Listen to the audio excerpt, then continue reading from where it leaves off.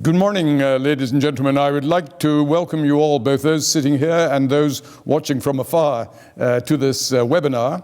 And in particular, I'd like to welcome His Royal Highness Prince Turki bin Faisal. I have been asked by Lord Laden, who normally chairs the proceedings, to chair today. Sadly, he's been unwell, but I'm happy to say he is now convalescing and hopes and expects to be back with the forum in the very near future. Perhaps I could just make a couple of what are often called housekeeping points, first of all. The first point I'd make is these are obviously hybrid events with some here and many watching. The forum hopes to have similar hybrid meetings in October and November, hopefully with the number able to be present increasing as circumstances permit. Today's webinar is live. Some of you may have already submitted questions.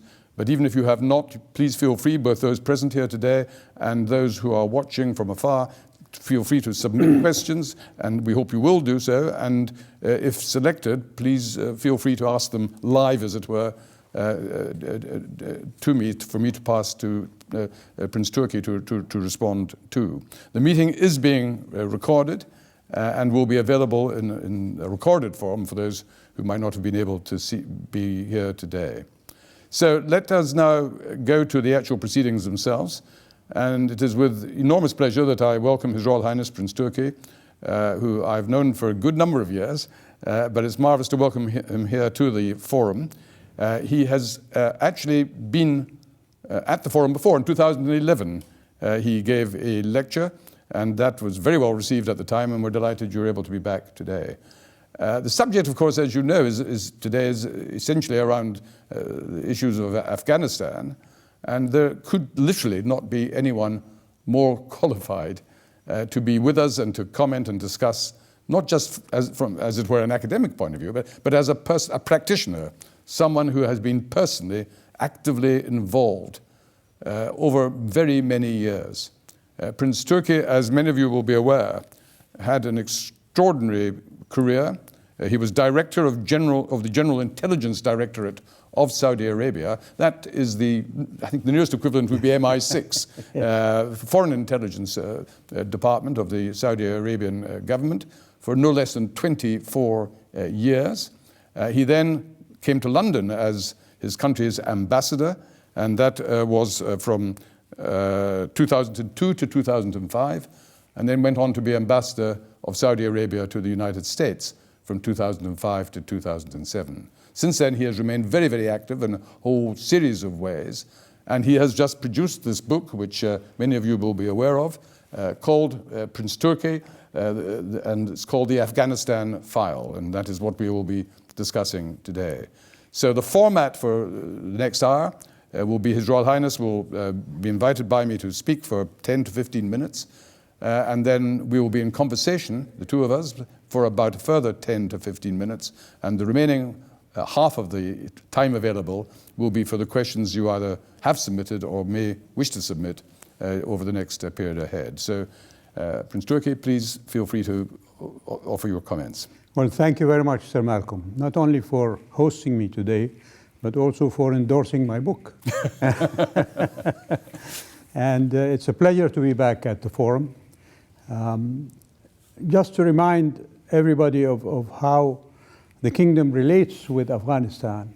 In 1925, when the kingdom was first unified under the late King Abdulaziz into what was then called the Kingdom of the Hijaz and the Sultanate of Najd, Afghanistan was the first Muslim country to recognize that union.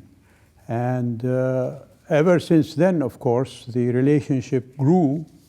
The late King of Afghanistan, Mohammad Zahir Shah, visited Saudi Arabia in the 1940s, as did my late father, King Faisal, when he was king. He visited Afghanistan in the 1970. And in terms of people to people, of course, Saudi Arabia being the birthplace and home of the holy cities of Mecca and Medina, and the birthplace of the Prophet Muhammad, peace be upon him, with the pilgrimage every year coming from around the world, Afghans were frequent visitors to the kingdom, and some of them settled there and remained as Saudi nationals. So there was a historic affinity between the people of Afghanistan and the people of Saudi Arabia. And when the Soviet invasion took place in 1979, definitely not only the leadership, but the people of Saudi Arabia were alarmed and worried about the fate of Afghanistan. And there developed the campaign to try to help Pakistan at the time, which was afraid that the Soviets might extend their invasion into Pakistan. And the late Zia-ul-Haq, the president of Pakistan, got in touch with the late King Khalid, who was then the king of Saudi Arabia, and sent his director of military intelligence, General Akhtar, to brief King Khalid on what was happening across the border in Afghanistan. And I was then the director of intelligence, so it was my role to host General Akhtar. And his briefing mainly was that while things were still unclear, it was very possible that the Soviets might want to expand their activities into Pakistan. And as we all know, that there were always historic ambitions for Russia from Tsarist times to reach warm waters, either in the Arabian Sea or the Indian Ocean. And the famous game of nations, well known to the British at that time, with the Indian Raj always in mind. So the kingdom told the Pakistani leaders that we will be with them. And that started the ball rolling of how I became involved with the Afghanistan File. Now, needless to say, Afghanistan was not the only issue that occupied the minds and the interest of the leadership in Saudi Arabia. The Middle East, as you all know, how can I put it, is a hotbed of problems. And I describe the way Saudi Arabia deals with these things as the Saudi ship of state sailing in turbulent waters with thunder and lightning and enormous waves crashing into it. If you look around us, whether to the north, the south, the east, or the west, especially now, there are many failing states. If I can just give a few examples, in the south we have the Yemen. The Yemen, of course, borders on Saudi Arabia, and the Houthi military takeover of the Yemen that occurred in 2014 after the kingdom and the other Gulf states mediated a roadmap to peace subsequent to the Arab Spring revolution that took place in the Yemen in those days. That led the legitimate government to seek help not only from Saudi Arabia but from the world community, which Saudi Arabia readily provided, as did the United Nations Security Council, which passed a resolution 2216 that defined who the Houthis were at fault and sanctioned them, and declared that they should not be supplied with weapons. However, the war has continued there, the civil war between the Houthis and the legitimate government, and the United Kingdom was helpful to Saudi Arabia, as was the United States, until Mr. Biden came to power and decided to cut all American military support for Saudi Arabia. The kingdom accepted that, but continues to commit itself to helping the legitimate government overcome the revolt by the Houthis. It is an ongoing situation. The kingdom has supported all efforts for a peaceful negotiated settlement through the United Nations special envoys. The most recent one, of course, was appointed just a month or two ago, and we hope that he will be more successful than the previous ones to bring peace to the Yemen. Saudi Arabia did not start that war, as may have been given an impression in the media, but we responded according to the request of the legitimate government to help them in meeting the challenge of the Houthis. Unfortunately, Iran continues to supply the Houthis with missiles and drones that they launch at Saudi Arabia, and contrary to the United Nations Security Council resolution. And yet Iran is not sanctioned for contravening that resolution. If we look up north, we have the issue of Syria and Lebanon and Iraq and Palestine. And in those countries, Iranian interference is equally, I would say, malign. And so the kingdom has worked, for example, on the Palestinian issue since it first started in 1947, when Palestine was partitioned between what became Israel and the rest of what hopefully will become Palestine. And yet, even there, United Nations resolutions, Security Council resolutions 242 and 338 remain unimplemented in their attempt to bring peace between Israel and the Palestinians and Syria, Lebanon, and of course with Egypt. They've already had a peace treaty, as well as with Jordan.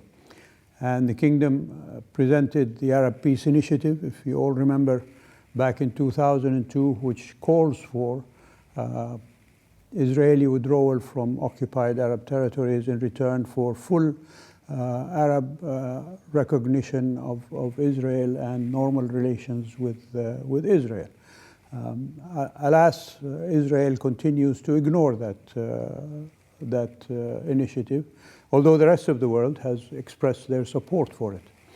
The kingdom is still committed to that initiative, and it is on the table. If we look at the situation in Syria, unfortunately, again, as I mentioned for the Yemen, the Iranian intervention there has not helped bring peace to Syria. They support Bashar al-Assad, who has been the most extraordinarily cruel and vicious leader who brings death and destruction to his own people. And in Syria, along with Iran, of course, we have the Russians supporting Bashar al-Assad as well, which is another complicating factor there. And in Iraq, we see the influence of Iran as well, maintaining the instability in Iraq following from the American-British invasion of Iraq in 2003. So that is the case up north. And just a remark on westwards, we have Somalia and Ethiopia and Eritrea and all those countries in turmoil, and their problems reflect across the Red Sea on us. And finally, eastwards, as I mentioned, Iran is there with its extraterritorial ambitions derived from Khomeini's Wilayat-e Faqih, which states that the whole world must come under the influence and bow to the dictates of the absent Imam, according to Khomeini's interpretation of Shia religion. And in that context, they continue to supply the Houthis with missiles and so on, as they're also expanding their influence in Afghanistan. And we've seen now with the withdrawal of the Americans and NATO forces from Afghanistan, the trouble there with the Taliban coming back to power. And the first time they did in 1996, by 1997, Saudi Arabia recognized the Taliban government at that time. Unfortunately, because of the presence of Al-Qaeda in Afghanistan and Osama bin Laden, whose first target terrorist activity was Saudi Arabia, I was sent to get bin Laden from the late Mullah Omar. I had 2 meetings with him. The first meeting, he agreed to accept the principle of handing over. Can I come and ask you 1 or 2 questions on that a little bit later? Okay, if I may? so I'll just mention that Yes. Saudi Arabia cut links with the Taliban because of their links with Osama bin Laden. And unfortunately, in today's scene, we see the Taliban continuing to maintain their link with Al-Qaeda. So I'll just stop here and ask Sir Malcolm if he wants to ask some questions. Well, that's very kind. Thank you very much for that excellent presentation, really across the region as a whole, which is very, very informative. I'd like to start our conversation before we move to general questions with the personalities involved in Afghanistan, because you are almost, I'm pretty close to unique in having personally met both Osama bin Laden and the first Taliban leader, Mullah Omar, the one-eyed Mullah Omar. In your book, when you refer to bin Laden, you say that in early 1990, Osama bin Laden came to see you in your office in Jeddah, and you then go on to say, he had seemed a very different person from the calm, gentle young man I had met informally several times in Pakistan. And you go on to say he had become haughty and arrogant and very much a man with a mission. Could you perhaps expand on that in terms of the man you met on that occasion and the impressions you achieved? Osama bin Laden was the son of a prominent Saudi industrialist and construction magnate who helped build much infrastructure in Saudi Arabia from the time of the late King Abdulaziz until today. Basically, the bin Laden group is still a prominent industrial and construction company in the kingdom. And Osama was one of the younger children of Mr. bin Laden. And he grew up in Jeddah, went to university. And at that university, he came into contact with a professor, a Palestinian professor, who his name is Abdullah Azzam, who had Muslim brother leanings. And when the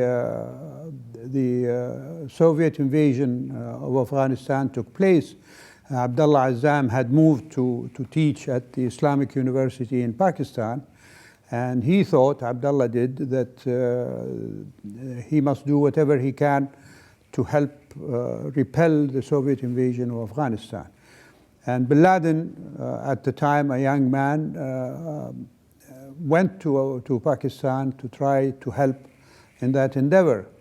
And as I mentioned in my book, the first time I met him in Pakistan, on one of my trips at that time, he seemed like a very, how can I put it, very self-effacing, humble and soft-spoken individual who was using his personal wealth, if you like, to help the Afghan refugees that were based in Pakistan between Peshawar and Quetta, and also to provide whatever support, material support he could to the effort of the Mujahideen who had begun to fight against the Soviet presence in Afghanistan. And that's when I first met him. As time went on and the Soviets finally withdrew from Afghanistan in 1989, Osama came back to the kingdom and he started preaching in mosques about how Afghanistan must not be forgotten now that the Soviets have withdrawn, and that, between quotations, world imperialism was interfering in Afghanistan and that they must be stopped. And in 1990, just before the Iraqi invasion of Kuwait, Osama came to see me and he said, I would like Saudi government help in bringing what he called his Mujahideen from Afghanistan to kick the Soviets out of South Yemen. At that time, South Yemen was probably the only Marxist regime in the Arab world, and the Soviet presence, of course, was very much in that country. And I told him, you know, Osama, and the government is working on something like that, so there is no need, basically, for your offer. Thank you very much. And basically what I said was, don't call us, we'll call you. And he went away. And it was there, what I mentioned in my book, yani, that he seemed to be, had grown in a different way from when I've met him in Pakistan. In August 1990, of course, we all remember that Saddam Hussein invaded Kuwait. And not coming to me, Osama went to see the then late defense minister, Prince Sultan, whom you know well, Sir Malcolm.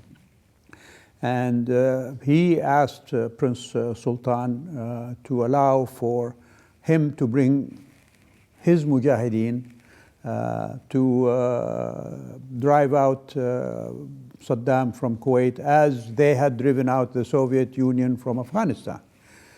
And again, Prince Sultan told him, thank you very much, but that is being taken care of by the government.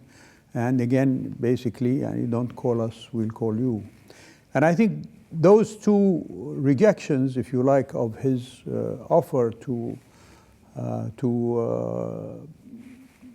repel aggression against the Arab world led him to go back to Pakistan and reignite or reform what he had already started to do when he was there during the Soviet invasion, which was to use his colleagues among the various Arab constituencies that came to Afghanistan to help the Mujahideen in the 1980s into what became Al-Qaeda. And from there it went on, and as I mentioned, Al-Qaeda's first target was Saudi Arabia, and remains still Al-Qaeda's first target if you see the declarations of Osama's successor, Ayman al-Zawahiri. Thank you very much. That was absolutely fascinating. Thank you. Can we move on now to the other Yes. memorable events that you were involved with? And that was your meeting with Mullah Omar. Yes. And in your book you say that took place in March or April 1998.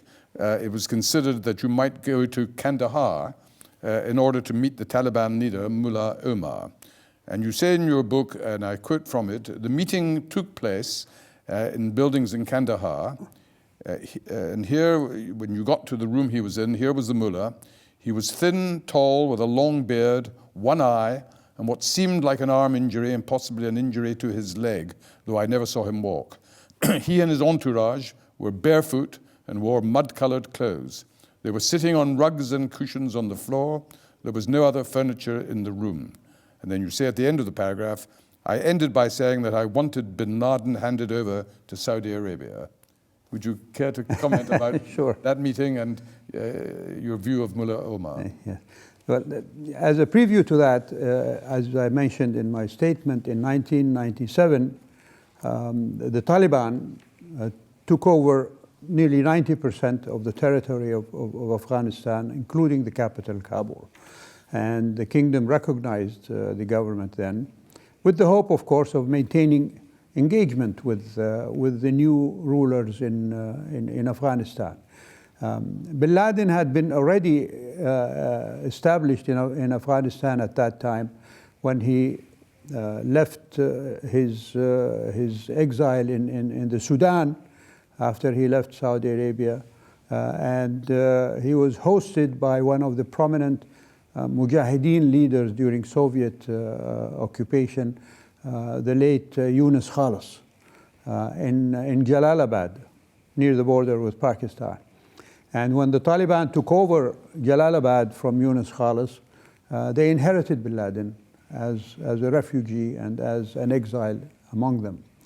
And immediately once they did that, they contacted the Saudi embassy in Pakistan, because there was no Saudi embassy in Afghanistan yet, and said, you know, we're hosting Mr. bin Laden now, and we promise you, Saudi Arabia, that we were not going to let him do any harm to Saudi Arabia. And that was accepted by the kingdom. But unfortunately, within a few months, bin Laden held a press conference in which he declared his war against the imperial Zionist conspiracy against Islam, and defining Saudi Arabia as a lackey of the imperial Zionist conspiracy. So we protested to the Taliban, and they said, well, we're sorry he did that, but we're going to prevent him from doing it again.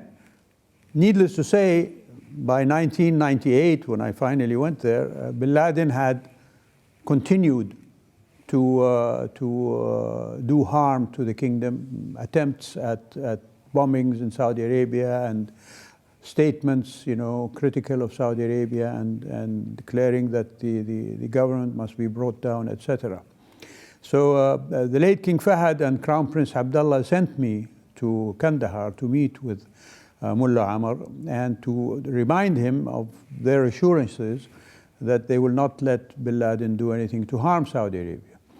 And I did that. And in going there, I passed by Pakistan and asked that the director of military intelligence in Pakistan accompany me to be witness, as it were, to what I was going to say to Mullah Omar and what he was going to reply to me. With me as well was a prominent Saudi cleric who had been the Minister of Islamic Affairs in Saudi Arabia, in order to have religious discussion should that arise in terms of whether handing over an exile to another country was within the framework of Islamic jurisprudence or not. In any case, as I mentioned in the book, when we met with Mullah Omar, and I told him why I was there, he was very pleasant, and he said, well, we appreciate what Saudi Arabia has done for the jihad against the Soviets, and we always think of Saudi Arabia as the home of the two holy mosques and the birthplace of the Prophet Muhammad, peace be upon him, and we'll be happy to discuss with you how we can do that. So I suggested that we form a committee between Saudi clerics and Afghan clerics to expedite how bin Laden could be turned over to Saudi Arabia, and went away with that agreement from Mullah Omar. Subsequent to that, unfortunately, before of that, a month or two after my meeting with Mullah Omar, he sent an envoy to the kingdom to tell the king and the crown prince that they were in the process of forming that committee that I had suggested, and will be more than happy to continue the discussions on that. A month later was when the attack on the US embassies in Nairobi and Dar es Salaam took place, and it was clearly indicated to be an event that had taken place by bin Laden. One of the operatives of that operation was arrested in Pakistan when he was returning from East Africa after the bombing, and in his interrogation, the Pakistanis documented that he said he was sent by bin Laden to undertake that mission of the terrorist attack against the embassies in Dar es Salaam and Nairobi. And President Clinton at the time, of course, immediately asked the Taliban to hand over bin Laden because it was clear that it was Al-Qaeda, a terrorist attack. Mullah Omar refused, unfortunately. So the president launched those missiles, if you remember, to hit at camps that were identified where bin Laden might be. He was not. So that was the case. And we were still waiting for Mullah Omar's response our request. So I was sent back to Afghanistan after that to meet with Mullah Omar. And again, I asked for the Pakistani Director of Intelligence to come with me. And when we met again with Mullah Omar in the same place that we had met with him before, he was a different man completely. Of course, he knew why I came there, to get bin Laden.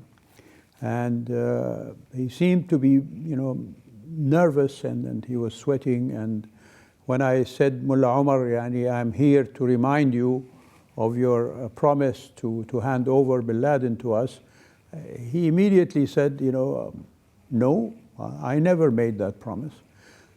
I was shocked, and so was the Pakistani Director of Intelligence, and who reminded him, and he said, yes, I was here, you said that. He said, no, you may have misunderstood me, and why are you persecuting this wonderful gentleman who helped us in our jihad against the Soviets? Instead of persecuting him, you should be aligning yourself with him and fighting the imperialists who are trying to do harm to Muslims and so on. And I just stood up and I said, Mullah Omar, and if that is your response, I'm not going to listen to you anymore. You're going to bring harm not only to yourself, but you're going to bring harm to Afghanistan and the people of Afghanistan. And I left. Thank you very much indeed. Fascinating. Can I just ask you one more question before we turn to questions from our audience? And that, you've mentioned Pakistan several times as being a crucial country. Absolutely. Now, Pakistan, as we all know, had a reputation, although it always denied it, of giving covert support to the Taliban.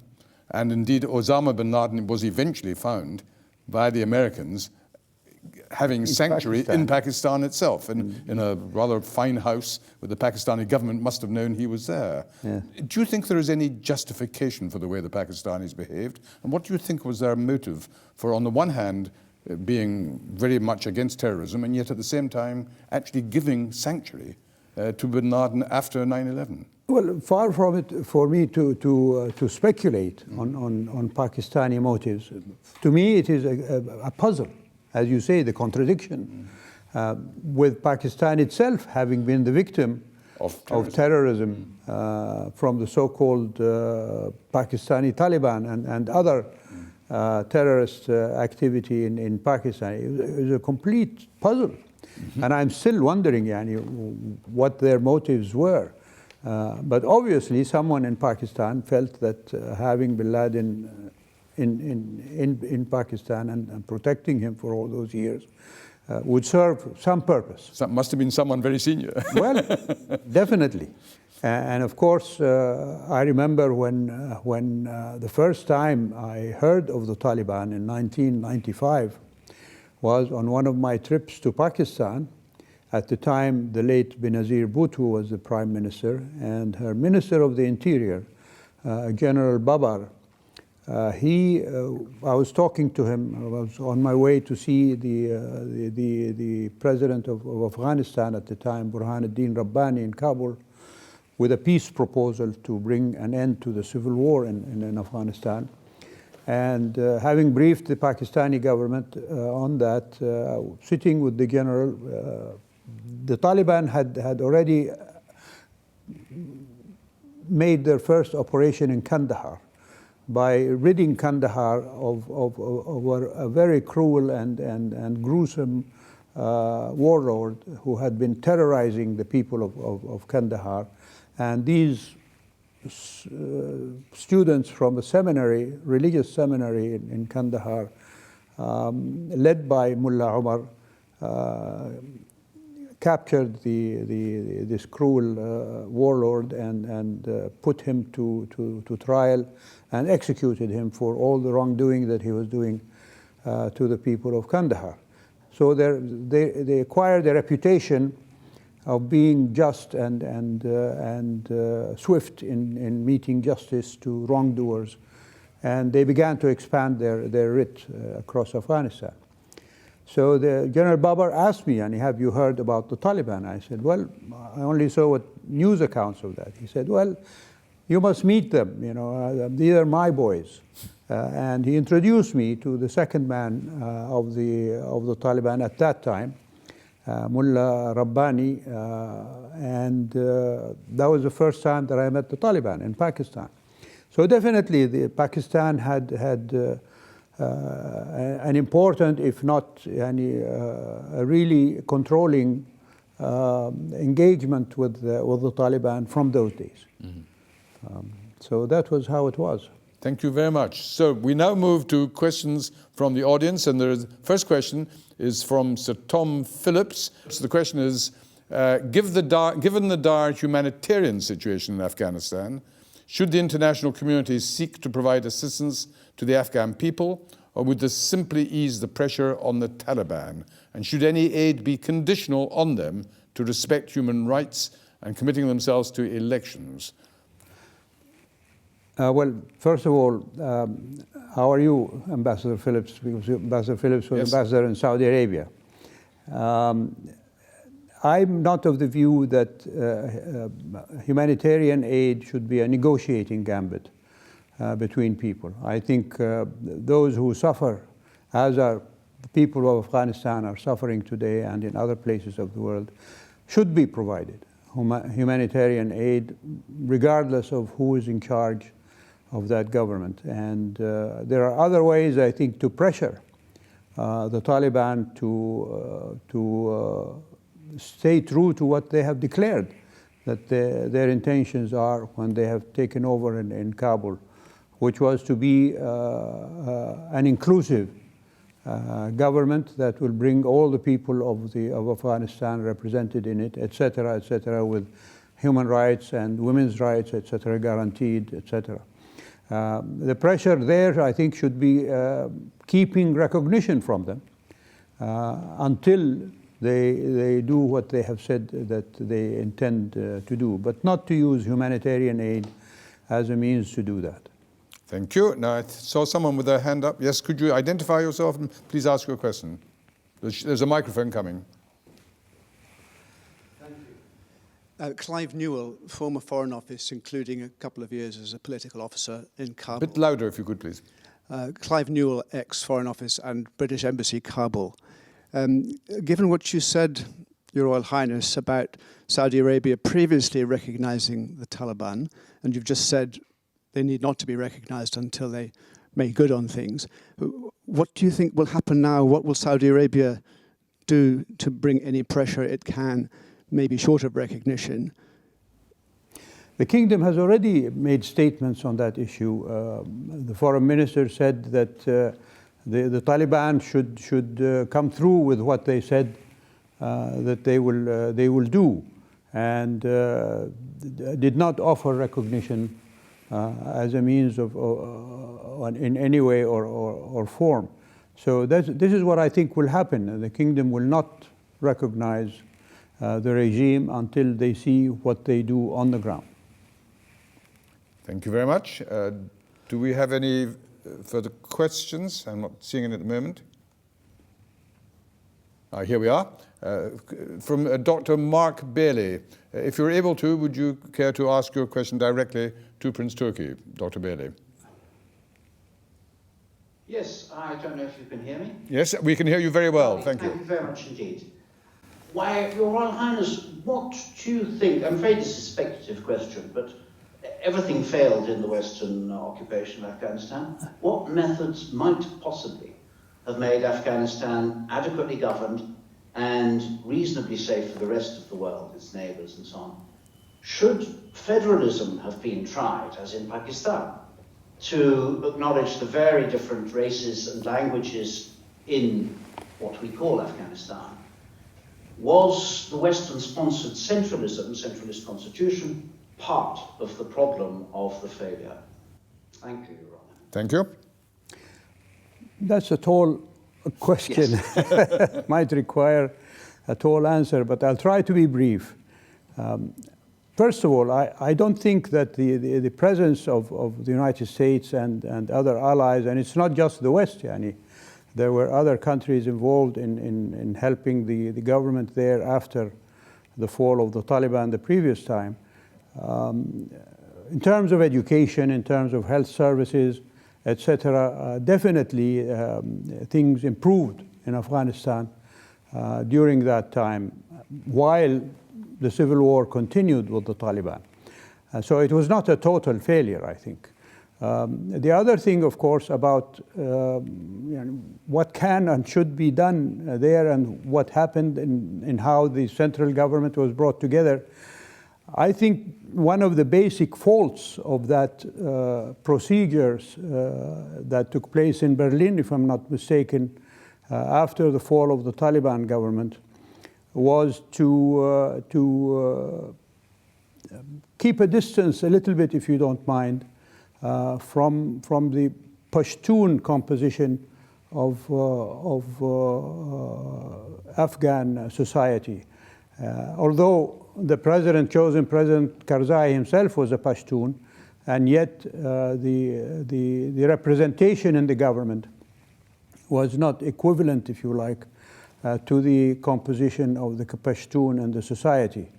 The other thing, in my view, that finally led to the fall of that government was that it always seemed to be a government made by the United States and the West, and hence was not legitimate in the eyes of the majority of Afghan people. And if you recall, the Taliban, having come from that composition, the Pashtuns of that society, yet over the years, in the last 20 years or so, they managed to recruit and bring Afghans from other ethnicities and tribal compositions, the Tajiks, the Hazaras, the Uzbeks, etc., in identifying themselves as opposing American Western imperialism. And the facts are that recently when the Taliban took over, for example, in Uzbek territory, they did so without a fight, meaning that those in that territory among the Uzbeks accepted to be taken over by the Taliban, as well as in other areas, the Tajik areas. And we've seen the collapse, for example, of the Ahmad Shah Massoud faction and the Panjshir Valley, who represented the Tajik composition of Afghan society. They collapsed very, very quickly when the Taliban took over the Panjshir. So it became a less Pashtun and more Afghan composition that was taking over from the Ghani government. So whether that is going to continue and the Taliban will be able to form a government that represents all of that composition, we still have to wait and see. Unfortunately, the interim government they have set up is totally made up of Pashtuns, as far as I so. We still have to wait and see. On that same point, what is your view on the decision of the United States, both under President Trump and President Biden, to enter into bilateral negotiations with the Taliban and excluding the democratically elected Afghan government? Big mistake. Did that huge amount to humiliate them in the eyes of their own people? Huge strategic mistake, in my view. You can't undermine your ally by talking to their enemy and leaving them outside the door. And that is, I think, why the government collapsed so quickly. Because it was clear, once Mr. Trump and then Mr. Biden did that, who could take Mr. Ghani's words as being genuine or true or implementable? So it was a huge mistake. Thank you. Sir David, yes? Introduce yourself, please, and then... So, Your Highness, my name is General Sir Richard Barons. Given your prodigious career in the hard business of intelligence, we can see that extremist organizations are going to take root in Afghanistan that will want to bring violence to the West and against Western interests. So now that we're out of Afghanistan, what's the best way of understanding that problem and doing something about it? Well, first, I think we have to recognize that those groups are not purely anti-Western or anti-American. They're equally, if not more so, anti-Saudi and anti-other Muslim countries as well. In their view, whether it is Al-Qaeda or ISIS, which I prefer to call fahish, because in Arabic that word fahish means obscene. So I don't want to give them, elevate them to the state of calling them an Islamic state. Their main target is the Muslim world. The West is considered as a supporter of the deficient Muslim countries in their view, Saudi Arabia and the other countries in the area. So it is from that context, I think, that we have to have our definitions right. These are anti themselves, whatever it might be. So the enemies are all of us, not just the West and not just the United States. And Saudi Arabia has dealt with this issue of terrorism, of course, since even before the rise of so-called, between quotation marks, Islamist terrorism. In the 1960s and 70s, the kingdom was the victim of the leftist Palestinian terrorist groups, PFLP, all the offshoots of that movement targeted the kingdom, attacking Saudi embassies, taking hostages, etc., etc. We went through that phase and survived it and prospered through after that. And when Bin Laden and other such groups came up, we were their first target, as I mentioned. But so far, alhamdulillah, we've managed to deal with them, not only through security measures, but the approach has to be holistic.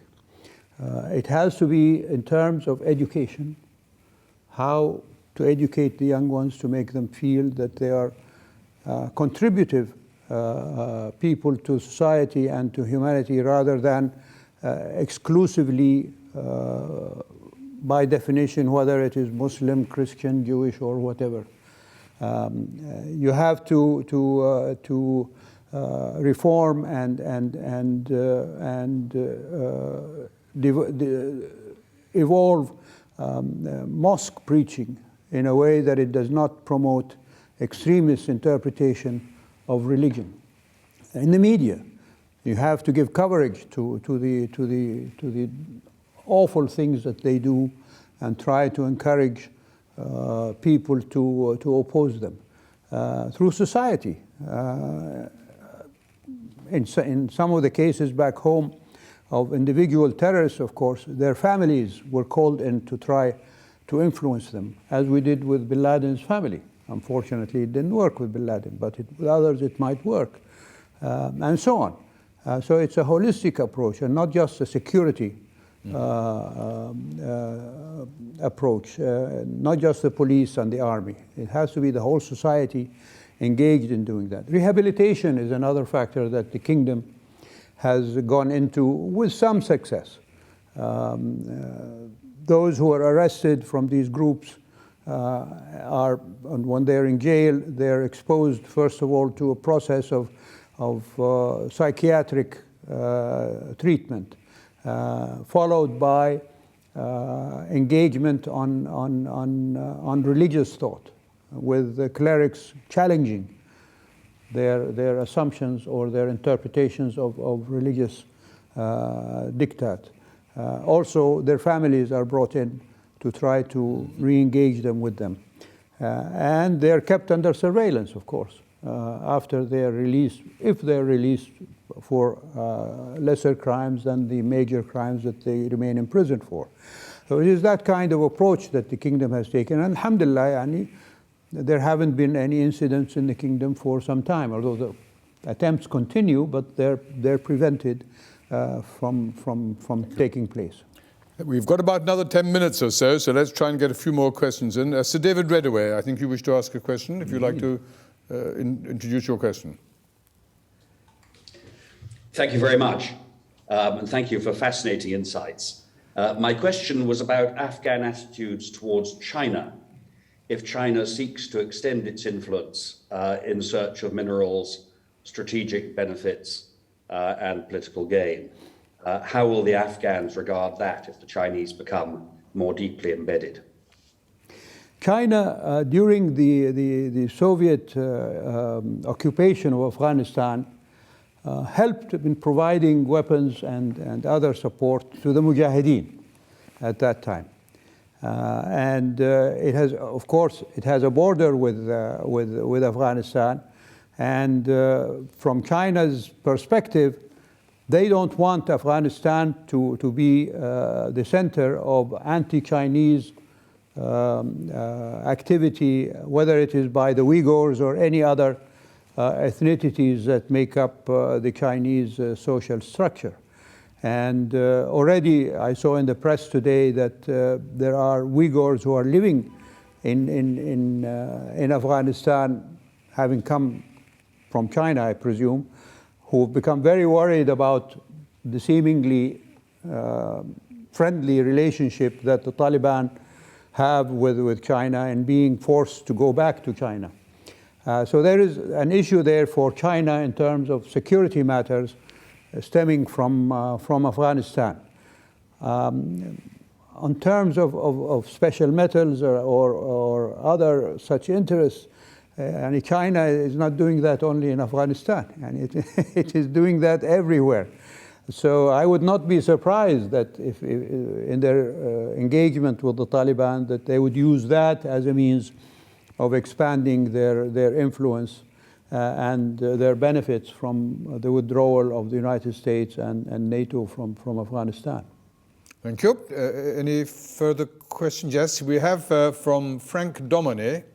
I hope I pronounced your surname correctly. If you're able to, oh no, I think I have to read your question. Pakistan is now siding economically and militarily with China. Afghanistan protects the western flank of China-Pakistan economic corridor. Will this Pakistani-Chinese influence not diminish Saudi influence in Afghanistan? So it's about whether there's a trade-off in that respect. Well, I don't think Saudi Arabia is in competition with any country. Wherever it can, particularly in Afghanistan, it has provided humanitarian help during the past 20 years through international organizations, particularly the United Nations, to make sure that hopefully that help goes in the right place and not be squandered either through corruption or other bad things that take place in Afghanistan. So the kingdom is the center of the Islamic world. As I mentioned, it is the birthplace of the Prophet. It is the locale of the holy mosques of Mecca and Medina. Muslims turn 5 times a day in prayer towards the kingdom. They come for the pilgrimage and the lesser pilgrimage in the millions and not just the thousands. So the kingdom has no issue about promoting itself as a competitor from that aspect, whether it is in Pakistan or Iran or Turkey or other countries that may want to increase their influence in the Muslim world. And as far as the influence of Saudi Arabia in Afghanistan, well, we'll have to wait and see where the Taliban are going to go. And if they want relations with Saudi Arabia, our main condition on that is that they must stop dealing with Al-Qaeda and the terrorist groups. If they do that, I'm sure the kingdom will be forthcoming. And if they implement what they said they want to implement, being an inclusive government and women's rights for education, work, etc., and other issues like that, then the kingdom will be happy to extend its friendship to the government. You've mentioned the terrorist groups in Afghanistan, Al-Qaeda and Islamic State, or Daesh. So far as one can tell, Daesh, I'm sorry, forgive my pronunciation, that is my fault, Daesh. It appears that the Taliban government, new government of Afghanistan, is very hostile to Daesh, but is equivocal, perhaps even friendly, to Al-Qaeda. Could you perhaps, given your knowledge of these matters, could you comment on what you understand to be the views of the Taliban in respect of each of these terrorist groups? It is what you said, Sir Malcolm. Yani Fahish, as I call it, has done terrorist activities against the Taliban, even during the civil war between the Taliban and the Karzai and Ghani governments. And we saw the explosion that took place in the airport, yes, claimed by Fahish. And there is no love lost between Fahish and Al-Qaeda, although Fahish is an offshoot of Al-Qaeda. Both of them are vying for so-called Islamic legitimacy. And, but they differ in the sense that Al-Qaeda, I think, is more of a cultish organization with a cultish structure of, when Bin Laden was alive, of course, he was the supreme leader of that cult, and now that he's dead, his successor, Ayman al-Zawahiri, is that, and it is built on that construct. Fahish is less of a cult, but equally terrorist in its intentions and its use of terrorist methods, a more diffuse leadership than the Al-Qaeda. And of course, with the death of their previous leaders, yani al-Baghdadi and the others who succeeded him, that also keeps them now from having a structured leadership. They tend to be more cell-type organization in different places with lone wolf operatives more than Al-Qaeda. Would your expectation be that the Taliban government will work, not openly, but in practice, with the international community to eliminate a terrorist threat from Afghanistan? Or do you fear that we may end up with, in regard to their relationship with Al-Qaeda, the same outcome as you experienced when you met Mullah Omar? Yes, I think that is what, well, I would say I will wait and see how they do that. But definitely they will fight Fahish, because Fahish has declared them as an enemy. Yes. Al-Qaeda, as you said, yani they're equivocal about that. They haven't precisely said whether they will or will not curtail Al-Qaeda's activities and prevent them from doing any harm. From our experience in the old days, seeing how Bin Laden continued to do harm to the kingdom while Mullah Omar and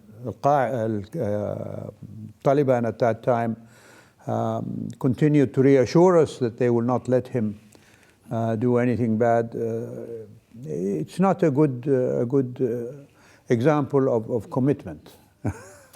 A final short question, if I may. Efforts were made in the final stages to see if Taliban would agree to a coalition government in order to have a peaceful resolution of the conflict and to offer a prospect for the future.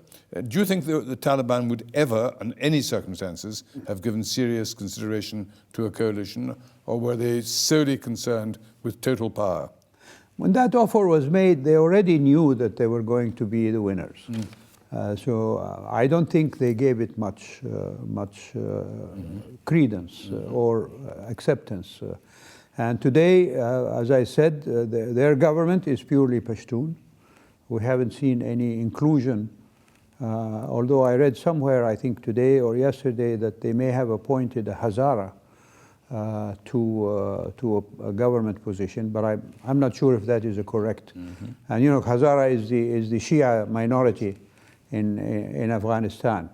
But Afghanistan is not just Pashtun and Hazara. There is Uzbek, there is Tajik, and other minorities. As a matter of fact, as I mentioned, when I was dealing with Afghanistan in the 80s and 90s, some Afghans were telling me that in a province in Afghanistan, a province of Kunar, that there were 2 villages there that still spoke ancient Greek from the time of Alexander the Great. When he invaded Afghanistan, back when it was. There's a lot to answer for. Well, so the composition of the society is much, much more intricate and complicated than one or two ethnicities or sects. Prince Turki, I think I can speak for all those who've either been present or watching that over the last hour we've had an extraordinary and unforgettable experience. Thank you, sir. Thank you. Have had the benefit of both your opinions, but also your recollections of the individuals concerned, of the way in which the history evolved, of the various efforts which many made, including yourself and your own country, to try to achieve a peaceful and a satisfactory outcome, which has been successful in some aspects, but in terms of Afghanistan as a whole, clearly we have a massive new challenge for the international community. And thank you, Sir Malcolm, for having me, and for the Global Strategy Forum to host me again. And Lord Lothian, although he is not here, please convey to him my best wishes for a speedy recovery. Well, he'll be watching this. He's probably hearing you say this at the very moment. Wonderful. Very moment. Wonderful. Thank you very much, ladies and gentlemen. That brings these proceedings to a conclusion. Thank you both at home and in the hall here for your contribution. Thank you very much.